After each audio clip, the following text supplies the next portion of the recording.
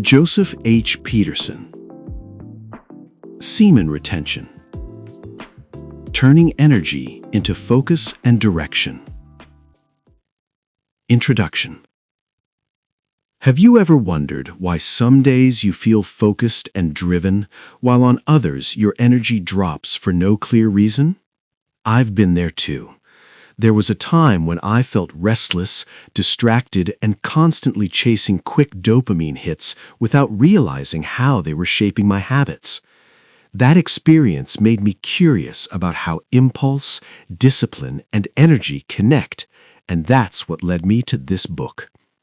This idea of semen retention isn't presented as restriction, it's presented as awareness. The core message is about learning to pause before acting on urges and noticing how that pause changes your behavior. The author explains that when we constantly seek instant rewards, we train our minds to look for shortcuts.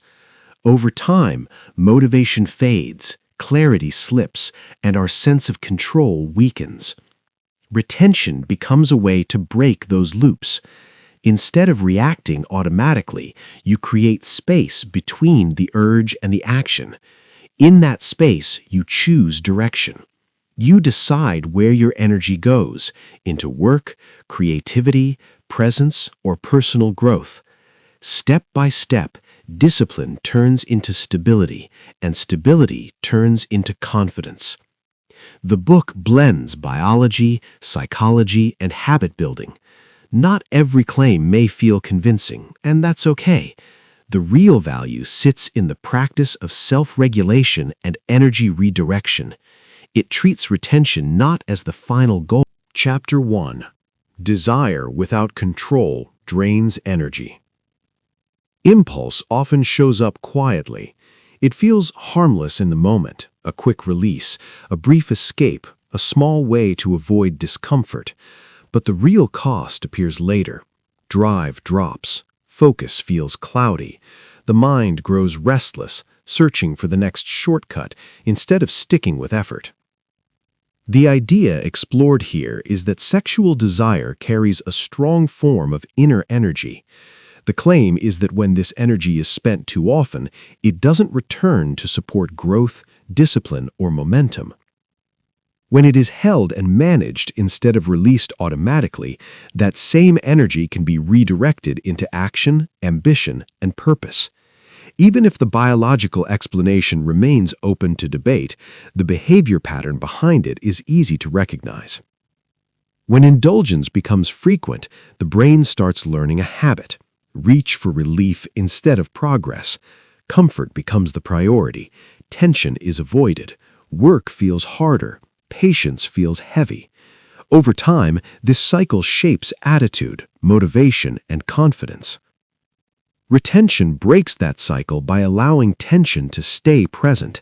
That tension becomes fuel. It creates a quiet pressure that encourages movement, to build, to create, to improve.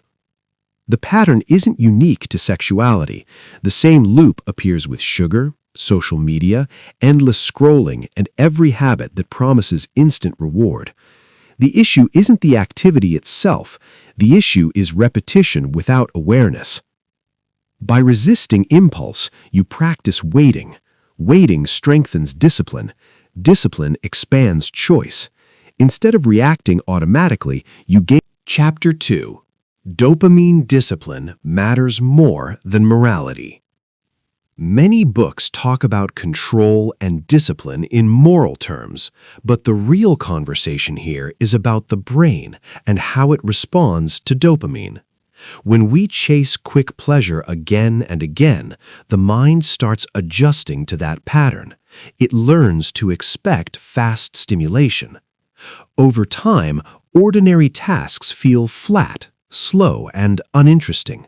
Work that once felt meaningful begins to feel like a burden, not because the work changed, but because the brain's reward system shifted. The idea behind retention is not about restriction or guilt. It is about resetting that internal scale. When you step back from constant stimulation, Effort starts to feel satisfying again. Small wins regain their weight. Progress feels real instead of invisible. This shift doesn't apply only to sexual habits. The same pattern shows up in scrolling, binge-watching, snacking, and any habit built around instant reward. Retention becomes a training exercise in how you relate to pleasure and motivation. As you practice this, you learn to sit with discomfort instead of escaping it. Boredom no longer sends you running for distraction. Your mind slowly remembers how to stay with one task at a time. Focus returns, and with it comes a sense of grounded energy. Instead of chasing relief, you start shaping intention. In this view, discipline isn't punishment. It isn't about denying yourself or proving strength. It is about regulation, choosing when to say yes. Chapter 3. Retention strengthens identity. Identity grows from what you do on a consistent basis. When actions lack intention, you start to feel disconnected from your own values. Moments of impulse send a quiet message that you cannot rely on yourself. But when you pause, choose restraint, and act with awareness, something shifts inside. You begin to see yourself as someone who can hold steady when it matters. Retention works as a daily reminder of that strength. Each day you stay committed is like casting a small vote for discipline. The change is not loud or dramatic. It develops gradually, through repeated choices that reinforce trust in your own decisions. Over time, that trust spreads into other parts of life. You show more presence at work. You stay consistent in fitness. Your speech becomes calmer. Your posture reflects confidence rather than doubt. Identity does not grow through repeating statements in front of a mirror. It grows through actions that match intention. When you keep promises to yourself, you create real evidence of who you are becoming. Retention turns that process into a practice you return to every day. Even small wins matter because each one strengthens the belief that you are capable of control and direction. There will be days when you struggle or lose focus. Those moments do not erase progress. They serve as opportunities to recommit and rebuild alignment between action and identity. With time, restraint stops feeling like restriction. It becomes a form of self-respect. You are not withholding energy, you are choosing where to direct it. This chapter reminds you that identity is not something you wait to discover. It is something you shape through behavior, habit, and intention. Every deliberate choice strengthens that foundation and helps you become the person you trust yourself to be. Chapter 4. Energy must be redirected. When you hold on to energy without giving it a direction, it doesn't stay calm or silent. It starts to build pressure. That pressure often shows up as restlessness, irritation, or an urge to break discipline. The idea in this chapter is simple. Retention on its own is not enough. For it to work, that energy must be guided somewhere meaningful. The book explains that the body and mind are always looking for release. If you remove one outlet, you need to replace it with another. That's where redirection comes in. Physical training becomes one path. When you commit to movement, exercise, or strength building, the stored energy fuels effort and endurance. Instead of feeling stuck, you feel engaged. Another path is deep work. Focused study, skill development, or problem solving absorbs the mind and channels attention. The author suggests treating concentration like a muscle. The more you direct energy into focused effort, the stronger your discipline becomes. Creative expression also plays a role. Writing, music, design, or building something new gives the mind a productive outlet. Energy turns into ideas, and ideas turn into output. Over time, this builds confidence, purpose, and momentum. Structured goals tie everything together. When you know what you're working toward, redirection becomes intentional instead of random. Small daily targets turn stored energy into progress. Without that structure, retention feels like tension. With structure, it becomes fuel. The core message is clear. Energy always moves somewhere. If you don't guide it, it pushes you toward distraction or impulse. But when you give it a path and a purpose, desire slowly transforms into drive. That shift doesn't just support discipline, it reshapes how you work, create, and show up in your life.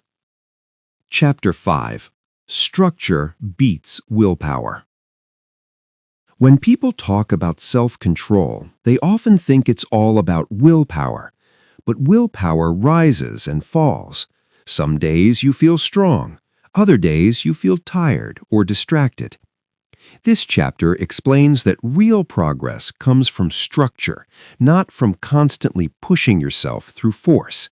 Structure gives your mind a stable path to follow, even when motivation runs low. The book focuses on building routines that support your goals instead of fighting against your habits. That means setting regular sleep times, planning training or work blocks, and deciding your priorities in advance. When your day already has a shape, you don't waste energy negotiating with yourself. You simply move from one step to the next. Structure also reduces the number of temptations you face. Instead of testing your strength every time an urge appears, you design your environment so those triggers show up less often. You might change where you keep your phone, what you watch, or how you spend your free time. By doing this, you protect your focus before it gets challenged. Retention, the book suggests, works best inside this kind of system. It isn't about resisting all the time. It's about creating conditions where resistance is rarely needed. Over time, these patterns build confidence. You start to trust your routine, and your routine begins to support your identity. The idea. Chapter 6. Relapse is feedback, not failure. Relapse is often treated like a breaking point, but this chapter invites a different way of looking at it. Instead of seeing a slip as proof of weakness, it treats it as information. A relapse doesn't erase progress, it reveals patterns. It shows you where discipline felt fragile, where structure slipped, and where an emotion or situation felt stronger than intention. When you view it this way, the experience shifts from shame to awareness. The first step is honesty. Ask what happened before the slip. Were you tired, stressed, bored, or disconnected from your routine? Did you lose track of your goals for a moment? These questions don't judge. They help you understand the conditions that led to the urge. Awareness turns an automatic reaction into something you can study and improve. From there, adjustment takes the place of guilt. You refine your structure instead of abandoning it. Maybe you strengthen your schedule, build better habits around rest, or spend more time grounding yourself before moments where temptation usually appears. Each adjustment becomes a small upgrade to your system, not a reset of your journey. The chapter emphasizes that identity matters more than perfection. If you continue to see yourself as someone committed to growth, your progress remains intact even when behavior wavers. A slip becomes a temporary break in rhythm, not a collapse of character. Holding on to that identity keeps motivation alive and protects confidence from unnecessary self-criticism. Relapse then becomes feedback. It highlights where you still need support, where habits need reinforcement, and where awareness needs deepening. Instead of pushing you backward, it can guide you forward with clearer understanding and stronger intention. The real work isn't about never slipping. It's about returning to your path with steadiness, compassion, and a deeper sense of control each time you do. Conclusion.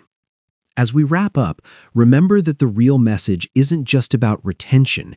It's about learning how to guide your impulses instead of letting them guide you. Growth starts with small, steady steps. You don't need to chase streaks or perfection. You just need consistency, awareness, and the willingness to keep showing up for yourself day after day. Think about the spaces in your life that trigger distraction or pull you off track. Maybe it's your environment, your routines, or even a lack of rest. When you make simple changes, better sleep, fewer temptations, a healthier mind-body rhythm, you create room for clarity to return.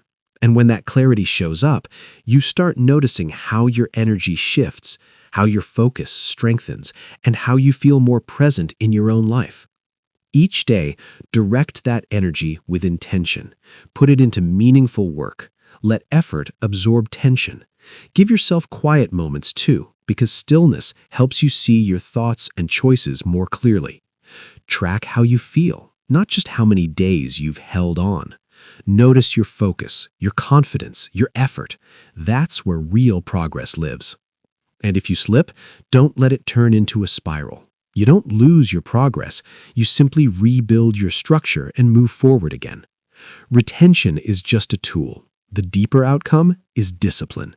The deeper goal is direction, the ability to steer your life towards something that truly matters to you. If this journey resonates with you, stay connected. Tap like if this helped you reflect, subscribe if you want more conversations like this, and share this video with someone who might need a gentle nudge towards self-control and purpose. I'd love to hear your thoughts in the comments. Tell me what parts spoke to you most, and let's keep growing together.